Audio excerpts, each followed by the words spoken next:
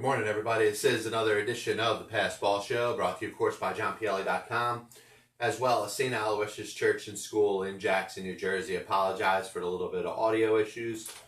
We're still working on a couple different things that we're trying to do to make sure the show, and I like to call the show the game, is the most interactive possible and is state of the art, top of the line, performing at a very high level. So we're working on a couple things when it comes to the connections and the speakers and stuff like that. So the show will be able to amplify a little bit louder later on over the course of the show. But glad to be with you. Teasing a show for tomorrow. Yeah, we're going to celebrate Halloween. We're going to dress up. It's going to be pretty epic. So that'll be the show tomorrow afternoon. It will knock out a couple different topics we're going to hit up today. We're kind of previewed if you're looking through Periscope, if you're looking through Facebook Live, and you read a couple of the topics. Obviously, those are things that I'm going to talk about. But the first thing that I want to get into today is something that kind of baffled me a little bit, because it shows really what people think when it comes to fantasy football and why pro football, the way it's set up right now, is so totally based off of the gamblers and is essentially being ruled by people that are betting on the sport day in and day out. And those statements, they sound pretty obvious. And I understand from that perspective. You say, well, gambling's been going on in professional sports for a series of years. Why now do you choose to make this point? My point has been, while I do gamble on the sport, while I do play fantasy sports, that the attention, the reason that pro football has grown and become this superpower sport, the reason that pro football has become essentially the pastime of this country, is 100% because of the gambling aspect and not about the play that you see on the field. And I think it's something that has to be separated. We have to understand that, sure, there are issues going on with the play of the National Football League, the refereeing, the penalties, anything that you want to put in there to say that people are not interested in the sport or disappointed in the sport or don't feel as passionately about watching the National Football League week in and week out like they did in years past. The thing that's drawing people in is the gambling. And people are betting, and whether you're betting on the over-under, whether you're betting on the point spread, whether you're playing in a regular fantasy football league, which we know millions and millions of people do each and every week. And when they do that each and every week... Of course, the class team I see right now is the Rams. What was your biggest takeaway from that at the end of that Packers game? So when they look at the amount of people that are betting on the sport, at some point you're expecting, and I'm sorry about this audio issue, whatever it is, just won't stop freaking talking. Sometimes I'm telling you, I just want to punch CBS Sports in the mouth. You can't click on an article without some asshole loudmouth just blurting about something, usually talking something in no relation to what you're trying to read. But I digress. Todd Gurley sealing up a victory the other day against the Green Bay Packers. And by the way, the game of the week in the National Football League. It ended up being that 425 start. It was set up a prime matchup. You got the Los Angeles Rams, who came into the game undefeated against the Green Bay Packers and Aaron Rodgers. And so many different things happened in that game, from the fact that it was surprisingly not a slugfest. It wasn't a 45-40 game. The Rams, for the first time all season, were held down in their ability to go up and down the field like they had done really through the better part of the first 7 games of the season. And the game was close at the end, and Todd Gurley, on what looked like it was going to be a touchdown run to seal the victory for the Los Angeles Rams, decides to stop short. He decides to stop short at about the 4-yard line, pretty much sealing what was a victory for the Los Angeles Rams. And I tell you, I give Gurley credit for so many reasons. And, as a person that does own him on one of my fantasy football teams, I could care less that Todd Gurley decided to stop short of scoring a touchdown in that last minute. The issue that I have is for anybody that is looking at that and really is upset at Todd Gurley for simply just doing his job.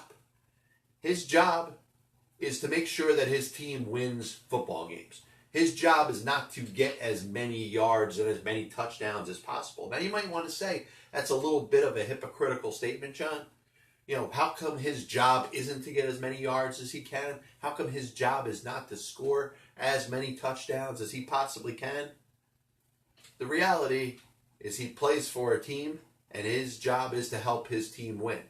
And if that wasn't the case, then how come when his team is up 35-3 with 12 minutes to go in the fourth quarter, why is he sitting on the sidelines and not pumping out more yards and more touchdowns?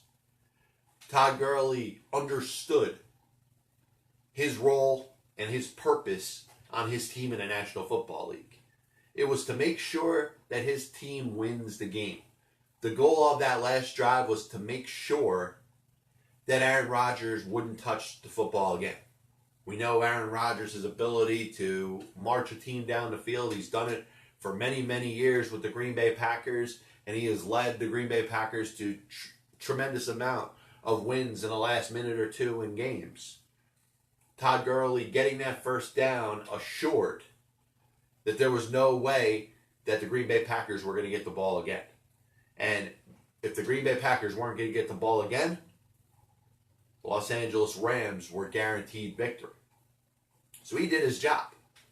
So if you're a Todd Gurley owner and you lost your fantasy football matchup by 6 or less points, it just happens. It's just life. But to go out there and blame Todd Gurley for not skirting in the end zone, which he could have. He could have ran in the end zone, and you know what? Nobody would have talking about him running up the score. This wasn't, the Arkansas Pine Bluff of South Dakota State game where South Dakota State won 90-6. This isn't running up the score. Nobody would have been upset if Todd Gurley got in the end zone. But you know what, though? He showed and he proved that he understands it. He understands what the sport is about. His role in the sport that he represents is to do what he can to help his team win. Not to get the most yards, not to get the most touchdowns. And you know what? An entire generation of younger people that are playing fantasy sports and may have played fantasy sports since they were 6 or 7 years old may not understand that. They may think that every major pro athlete's goal is just to get the most fantasy points. And it's not the way it works. It's about helping your team win the game. So Todd Gurley gets it. I'm sure there's many people that play fantasy football out there that don't.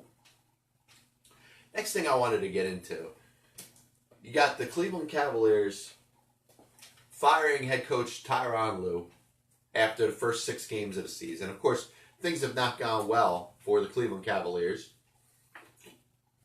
0-6 start. Now, I picked the over when the season started. I think the number was 30. I guess if you wanted to try to recoup some money, because it doesn't look like a sound investment at this point, you could probably put some money on the over-under now, which I'm sure has dropped below 30. So you want to recoup some of that money, maybe if it's sitting at 25 or 23 or 21, and you either want to bet the over or the under, you may have a chance to get some of your money back that you lost by betting over 30 for the Cleveland Cavaliers like I did. That being said, the team probably had a little bit higher expectations, certainly not expectations enough to go out there and win themselves an NBA championship. This was a team that, yes, had made it to the NBA Finals 4 straight years, but a team that, for obvious reasons, was probably not equipped to do the same thing. And it's amazing because the perspective that can be put on this, and it could be thrown out there in many different ways. Tyrone Lue lost the clubhouse. He lost the locker room. All of a sudden, Tyrone Lue, a guy who was a good coach for 2.5 years, led his team to an NBA championship in his first half a season as a head coach, taking over for David Blatt. 2 straight NBA Finals after that. All of a sudden doesn't know what the heck he's doing. And the fact that the Cavaliers, general manager Cody Altman, and owner Dan Gilbert would decide that the best thing to do is to change coaches after 6 games. And 6 games which have not gone well for the Cleveland Cavaliers. They haven't played well. They certainly do look like one of the worst teams in the National Basketball Association, at least the way things are started. But all doing that by leaving the obvious white elephant out of the room. Do the Cavaliers expect to win an NBA championship without LeBron James? How much were the Cleveland Cavaliers' expectations hampered by LeBron James' decision to go to the Los Angeles Lakers? Now, I stated that I believe that the Cavaliers, or James, when he left this time to go to LA as opposed to when he went to Miami, left the Cleveland Cavaliers in a little bit of a better position than he did when he left to go to the Miami Heat. That being said, I'm looking at them at the very least coming into this season as a borderline playoff team, as a team that may be able to sneak in there with 35 or 36 wins. And obviously with 6 losses in their first 6 games, it doesn't even look like that's going to happen. But I wasn't confusing the Cleveland Cavaliers with the Cleveland Cavaliers of 3 years ago when they won an NBA championship. I wasn't confusing this Cleveland Cavaliers team with some of the Laker teams in the early part of 2000s. I was not confusing this Cleveland Cavaliers team with the Chicago Bulls of the 1990s. This was a team that was expected to struggle this year. Certainly expected to lose a lot more games than it was going to win this year. But I always think it's hilarious, the view that's put when it comes to coaches in professional sports and managers in Major League Baseball. Because as little of an impact as they may have on their individual squads, they are judged as if they are the ones that have controlled whether they are winning or losing. Tyrone Lue was the reason why the Cleveland Cavaliers were 0-6, not the fact that LeBron James wasn't there. And I think it's a pretty silly statement. Now, there may be some internal things going on, and I've read a couple articles that have suggested that there's a little bit of a dispute going on between Altman and Lue and over perhaps the organization's interest in playing the younger players as opposed to some of the veteran players that are still there. And that could have caused enough of a rift. I mean, you saw what happened in the same city with the Cleveland Browns and the power struggle that existed between head coach Hugh Jackson and offensive coordinator Todd Haley. It led to both of them being fired. I mean, Jackson probably should have been out a little while ago. 336-1 over his last 40 games as a head coach in the National Football League. But I digress. You know, Tyrone Lue is judged by the performance of his team regardless of the talent that's assembled around it. And while I will agree that they are a little better now than I believe they were, 8 years ago, when LeBron ended up leaving to go to Miami, they're still not a good basketball team. They're still not a good team that I would expect by any stretch of the imagination to be in a position to compete for an NBA championship. Certainly not to be in a position to compete for a playoff spot this year. So I have an issue with the firing of a coach. Now, the only thing that I'll say to give him perhaps, to give the Cavaliers a little bit of respect in this regard, is the possibility that maybe they should have let Tyrone Lue go after LeBron James ended up going to the Los Angeles Lakers. As we hit the halfway point here in the Pass Ball Show, just a reminder, the Castrol provides maximum protection against viscosity and thermal breakdown. So I'll continue.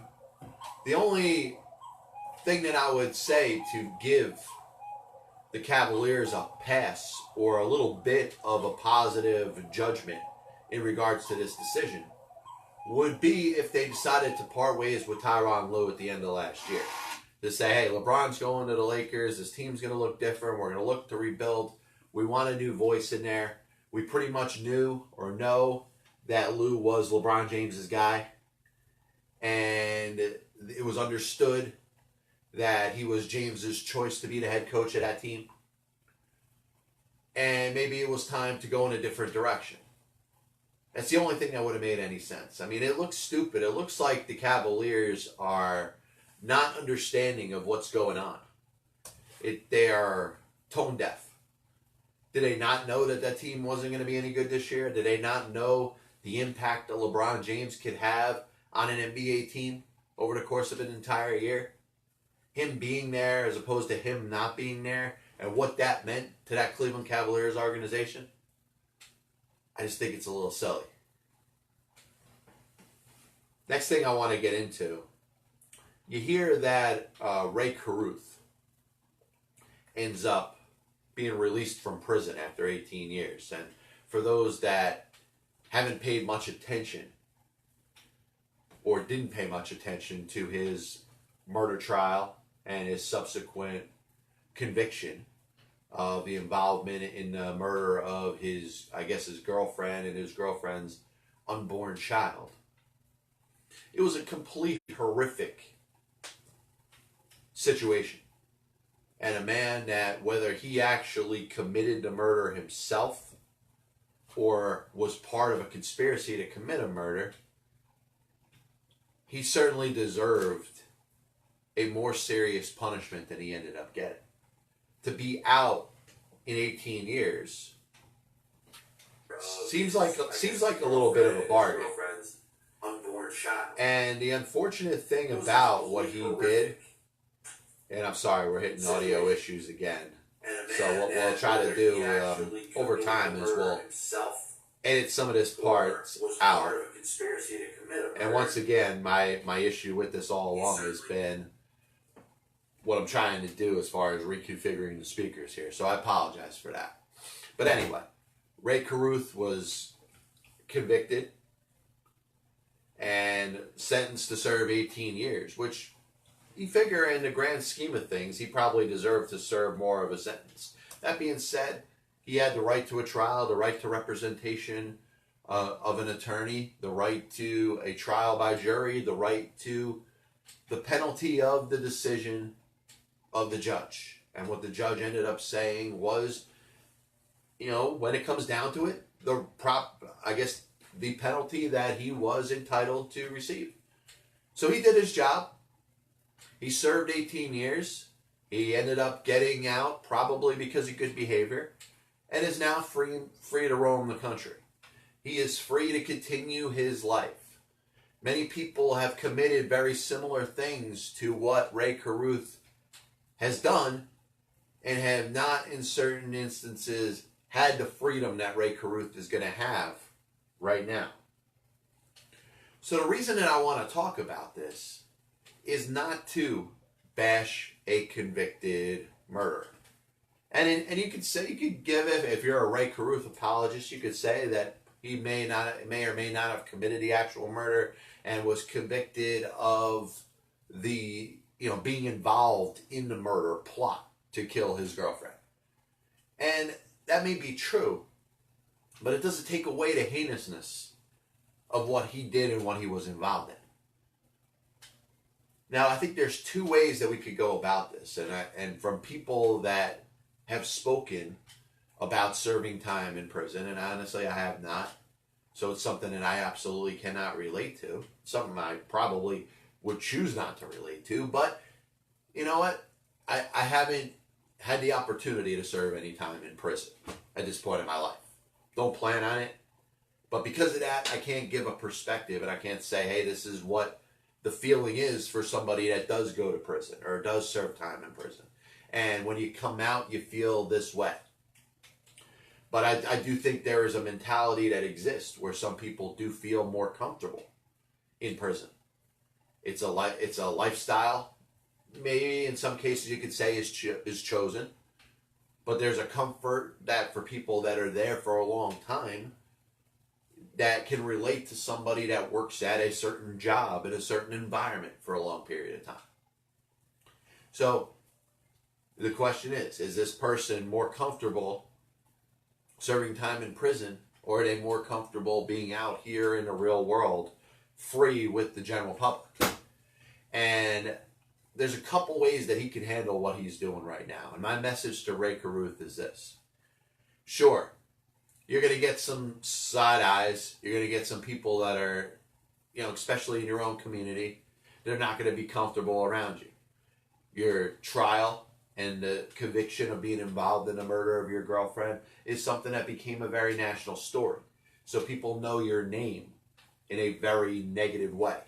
Your name comes up and people are very upset. They're upset with what you did. They're upset with what you involved yourself in. They're upset with the fact that a decision that you made led to the demise and murder of your girlfriend. She didn't need to lose her life. That all being said, you have a chance to make your life worthwhile from this point forward.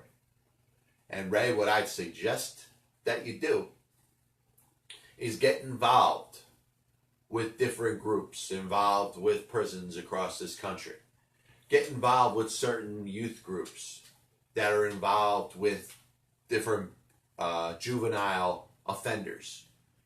Kids and young men and young women that are in the process of making bad decisions over the course of their life. Somebody like you, Rae Carruth, can make an impact. Somebody like you, Rae Carruth, can get somebody that is on the path of potentially making a big mistake in their life. Somebody that is on the verge of going on that downward spiral to make decisions that they will regret for the rest of their life. You have a voice that may be able to reach out to them. Their parents may not be able to reach out to them. Their counselors may not be able to reach out to them. Their good friends and the people that are closest to them may not be able to make an impact on anything that's going on in their life right now. But you, because of what you did, even though it was heinous, even though it was a terrible decision, even though it was something that you probably deserved more time to serve in prison for, what you've done, because it's in the past, is something that's going to resonate with people, and people who could be potentially future offenders. And if you spend time talking to groups of people, if you spend time talking about the stupid decisions that you made in your life that led you to do what you did, you may be able to prevent the next person from doing something like you did. You may be able to speak to groups of men that have unfavorable relationships with their girlfriends. You may be able to speak with men that may be on the verge of getting a divorce from their marriage. And you may be able to show them, listen, this is the extreme of what people can do if they don't get the proper counseling for issues that they got going on in their head right now. And I don't know if Rae Carruth admits what he did. I don't know if Rae Carruth, regrets what he did. But I do know that God puts us all here for a certain reason. And I don't think God led Rae Carruth to do what he did. In fact, what he did was as far from God as possible. So far from God, it's awful. Thus the expression, God awful.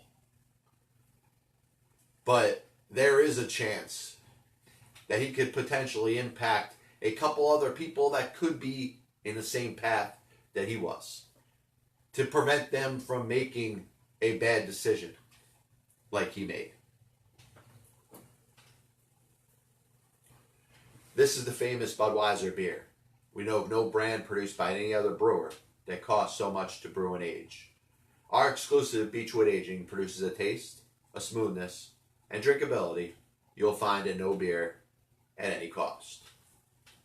New York Mets plan on introducing their new general manager today. Press conference about 2:30 Eastern. It's going to be perhaps a big day when it comes to the New York Mets. If you are trying to figure out exactly what type of direction this team is going in, you would have every right to not be sure. You would have every right to have a little bit of doubt when it comes down to it. a player agent, has served as a general manager in the National Basketball Association for a couple different teams, including the Golden State Warriors, team that is probably one of the more prolific teams in all of professional sports at this moment. We haven't seen it happen in baseball. You know, we saw Paul DePodesta, who was a general manager for the the Los Angeles Dodgers, and was an assistant GM for the New York Mets, go to the NFL and be part of the operations department of the Cleveland Browns. But very seldom do you see an agent, especially one like Brodie Van Weganan, somebody who is as high profile and is so involved in regards to being an agent. In other words, Brodie Van Weganan, around the All-Star break this year, had some issues with the way the Mets were handling their discussions in regards to Jacob deGrom. Basically telling the Mets, hey, if you want Jacob deGrom to be around long-term, sign him. If not, trade him. Now, all of a sudden, he's on the other side. And hence the partial title of the show, Brodie Both Sides. Brodie had his job to represent players like not just Jacob deGrom, but Yoenis Cespedes, Noah Syndergaard, Todd Frazier, Jason Vargas, and probably a couple other players on the Mets that I haven't identified. Pretty similar to what's going on with the Washington Nationals and power agent Scott Boras. Scott Boras represents a series of Washington Nationals players and actually got to a point, I believe the opening day roster of the Washington Nationals last year, I think he represented somewhat about 9 or 10 different players that were on the opening day 25-man roster for the Washington Nationals. So I make this point. If the Washington Nationals decided to fire Mike Rizzo as their general manager and hire Scott Boras, wouldn't that provide a little bit of a conflict of interest? Boras, who I don't know if he needs to take the job, or I don't know if he would even want to take the job, would certainly have to relinquish his role that he plays in the lives of those players. And the same thing is going to apply to Brodie Van Weganan with the New York Mets. An agent, in some cases, is an extended part of one's family. Now, it doesn't mean that the relationship between the agent and the player has to end, but as it applies to being an agent and being a player, that does have to end. So how does it impact the role between Van Weganan and a Jacob deGrom, for instance? A person that was responsible, in Van Weganan's case, for making sure that deGrom got the longest term contract and the most amount of money. Not just for deGrom's sake, but for the sake of all the other players that down the road are going to be in a similar position. He would not want Jacob deGrom to settle for 1 penny less than what he's worth on the open market, because that's going to keep that next star pitcher that's in a Jacob deGrom category from getting the same amount of money down the road. Could potentially impact the earning potential of a Noah Syndergaard. So he's in that spot where all of a sudden he flips, he becomes the general manager. He is the person in charge of signing players to contracts. He's in charge of operating an organization when it comes to the terms of a certain budget, to make sure that he gets the most in regards to player performance for the least amount of dollars that are possibly going to be spent. And the Mets ownership, though they've had the tendency of being able to spend at certain times, they also have proven that they operate at a certain budget and may not in certain cases be willing to go above and beyond to accommodate certain contracts. Now, the Yoenis Cespedes contract is something that they absolutely agreed to. Going down the road, Carlos Beltran. Before that, Mike Piazza. And if you go back to the 90s and the 80s, the extension of a Keith Hernandez, paying Gary Carter. Obviously the worst team money could buy in 1992, the second worst team money could buy in 2002. Players that were getting paid in 2009 and 2010 and 2011, the Jason Bays, the Oliver Perezes, the Luis Castillos. Those were all contracts that were not decided to be signed by the Wilpons. So those that want to knock the Wilpons and say that they're cheap, they have for a series of years taken the advice of the chief baseball people that are making decisions. Now, Omar Manaya's mistakes turn out to be Fred and Jeff Wilpon's mistakes, which is something that you take on as a role of an owner when you become the owner of a franchise. And something that Fred Wilpon has had to deal with since 1980. Jeff Wilpon has had to deal with since he's grown old enough to be able to understand the operations aspect of the organization. But my concern is pretty similar to a lot of other people's. And I guess if my message is going to go out there, what I feel about the hiring of Brodie Van Weganan, I certainly think it's an outside-of-the-box type of decision. One that is not conventional. One that may have not been expected. And one that perhaps is not necessarily destitute for failure. I don't think it's going to hurt the Mets down the road. I don't know if it's necessarily going to help them. We're going to find out a lot today when this man has his press conference. There's going to be a lot of questions. There's going to be questions about the players that he represented, which obviously he has to relinquish those duties to take the job and a role as the team's general manager or, whatever, president of baseball operations. There's going to be questions about what type of philosophy he's willing to invoke on his team. You would expect the Mets to make a run and be competitive in 2019, but you know that there are certain needs that they have as they sit right now at this point of the offseason. Are the Mets going to be aggressive in regards to adding to their payroll? They could use a couple bats. They could use a couple relief pitchers.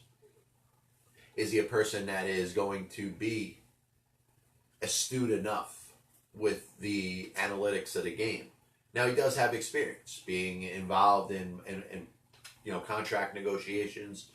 There are so many different things that get broken down, and when you're trying to push for a player, let's say in arbitration, you're going to use fine numbers. You're going to use certain analytical stats that are going to either make your player look good, or if you're an organization, are going to make your player look bad.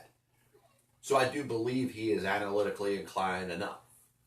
Chaim Bloom, who ended up remaining with the Tampa Bay organization, didn't get the job, was probably considered the other finalist, certainly brought that. So I'd want to know how much of that analytical mindset that Brodie Van Weganan can bring to the table. I'd want to know that answer to the question of autonomy. How much control does he have over the baseball decisions? Now, I can tell you the answer right now. I'm sure everything's going to have to be passed through Jeff and Fred Wilpon. I don't know if every one of his recommendations are going to be confirmed. I don't know if every one of his recommendations are going to be allowed. I don't know what type of power he's going to have. And obviously, you think of a pitcher like Jacob deGrom, you think of a pitcher like Noah Syndergaard, who obviously are going to be passed to other people into the agency. Other people in the agency are going to be representing them. And I don't think it will be a conflict of interest at any point. But how much does Brodie Van Weganan, the agent, impact Brodie Van Weganan as the general manager? His relationship with Jacob deGrom, I'm sure, is not going to all of a sudden change to a point where he's not going to want to see him get paid. Is one of the first things that he does as general manager is negotiate a contract extension for Jacob deGrom. I think that would be very positive. If he doesn't, maybe, and I wouldn't be in favor of this, but I would understand it, a possible trade to be worked out with Jacob deGrom and another team. Now, I can't see him taking the other side. I can't see him going from a point where he was very, very prominent around the All-Star break, basically telling the New York Mets that if they did not want Jacob deGrom to be on this team long-term, if they did not want to sign him to a long-term contract, the one that he in turn deserves, that he should be traded. I can't see him all of a sudden being the reason that Jacob deGrom is held back from getting said contract extension. So that's something that I would like to see resolved soon. And I'd be happy to know if he took the job and gave deGrom that contract. I think it would answer a lot of questions. A little recap of the show today. I didn't put it on the title, but I did want to talk about that Gurley play at the end of the Rams-Packers game on Sunday. Got no issue with Gurley doing what he did. You have a sport that is being controlled by gambling, not just from a fantasy impact, but from people that are betting on every possible thing. How many touchdowns is Gurley going to score? His job is to help his team win the game. His job is not to accumulate the most yards, the most touchdowns, and the most fantasy points. Anybody that believes that just is not understanding the National Football League as it exists right now. You have the right to be interested in a National Football League because of the gambling aspect. You do. But when it comes down to it, it is about the players helping their team win, not helping you win fantasy matchups, not helping you win your bet that you're putting on your degenerate bet that you're putting with a bookie or in the state of New Jersey or Las Vegas when you can't control the amount of money that you're throwing away. If you lose that money, it's a gamble. It's a shot at the lottery. That's what people do. They're taking their money and they're taking a risk that money may not come back to them. And if Todd Gurley not getting in the end zone cost you some money and you're pissed off at Todd Gurley from it, he couldn't be any more out of touch. Tyrone Lue all of a sudden forgot how to coach. Nobody's going to mention the fact that LeBron James is not there anymore. And that's why the Cleveland Cavaliers are 0-6 this year. Rae Carruth, maybe it's time to start speaking to some young men and women and potentially preventing the next Rae Carruth from going out there and killing his girlfriend. Brodie, both sides, we'll find out. Is he willing to completely turn heel as the Mets general manager and turn his back on the players that he has supported and represented for many years? We'll be back with you tomorrow. Like I said, we're going to do a special show for Halloween. Looking forward to it. Hope everybody has a nice day today. And please keep the comments going. Anything going on in the world of baseball, sports, and unifying America, please let me know. Be back with you tomorrow. God bless you. And as always, I'll see you on the other side.